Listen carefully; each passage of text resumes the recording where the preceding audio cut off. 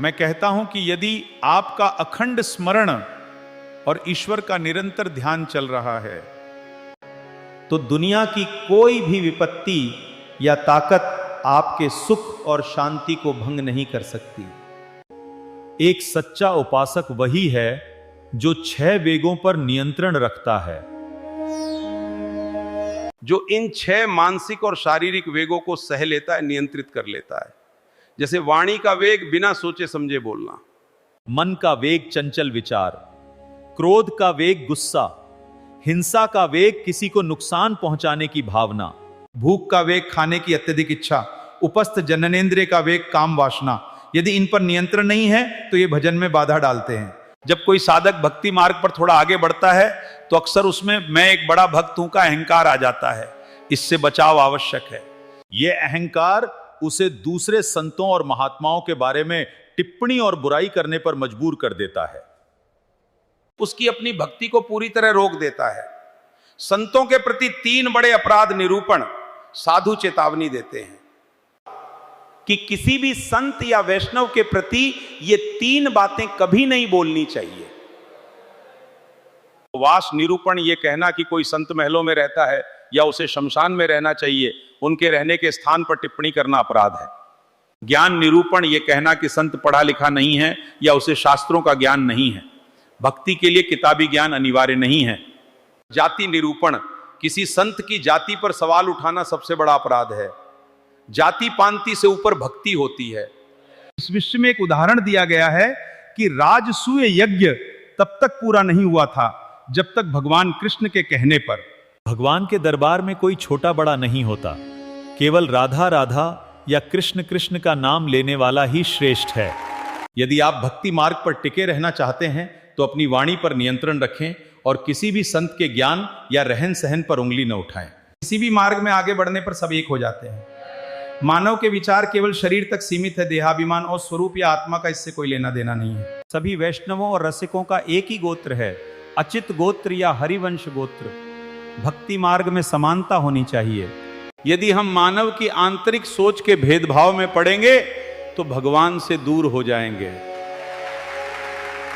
आचार्य की शरण में आने के बाद भक्त में कोई भेद नहीं रह जाता। संत चाहे किसी भी कुल में जन्मे हो, उनका सम्मान अपने पूज्य जनों की तरह ही करना चाहिए। श्री माता शबरी का उदाहरण है। ऋषियों ने शबरी जी को उनकी कास्ट के कारण कमतर समझा था, जिससे सरोवर का जल दूषित हो गया था। लेकिन भगवान श्री राम ने उन्हें वो सौभाग्य दिया जो बड़े बड़े ब्रह्म ऋषियों को भी प्राप्त नहीं हुआ, भजन और माला का रहस्य। किसी संत को बिना माला के देखकर यह नहीं समझना चाहिए कि वे भजन नहीं कर रहे।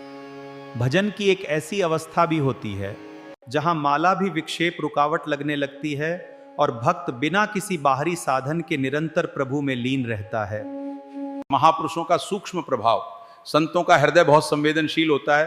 वे वैष्णव अपराध, किसी भक्त का अपमान की दुर्गंध तक महसूस कर लेते हैं। सच्चे संत दूसरों के विचारों और भावों को भी गहराई से समझ लेते हैं।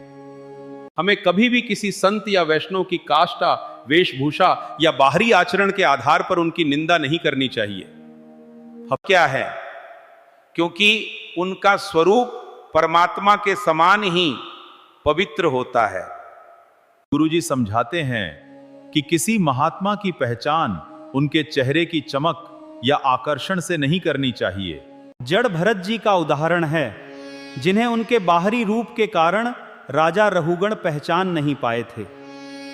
एक महात्मा राख से ढकी हुई आग की तरह होते हैं, उनका ज्ञान भीतर छिपा होता है। हाँ, सही कहा आपने।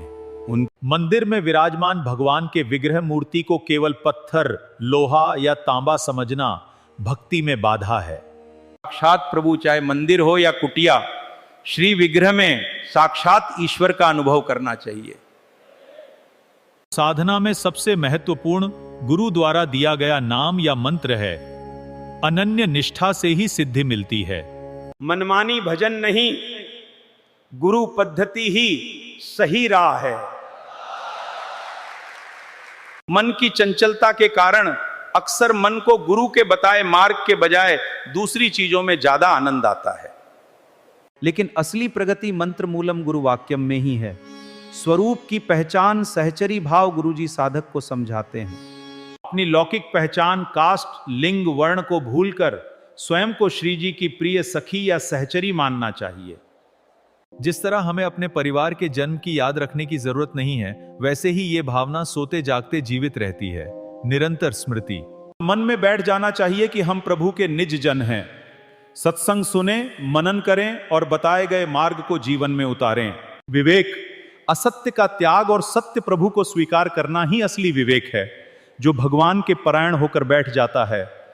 क्या आप परम आनंद का अनुभव करते हैं? शांत रहें।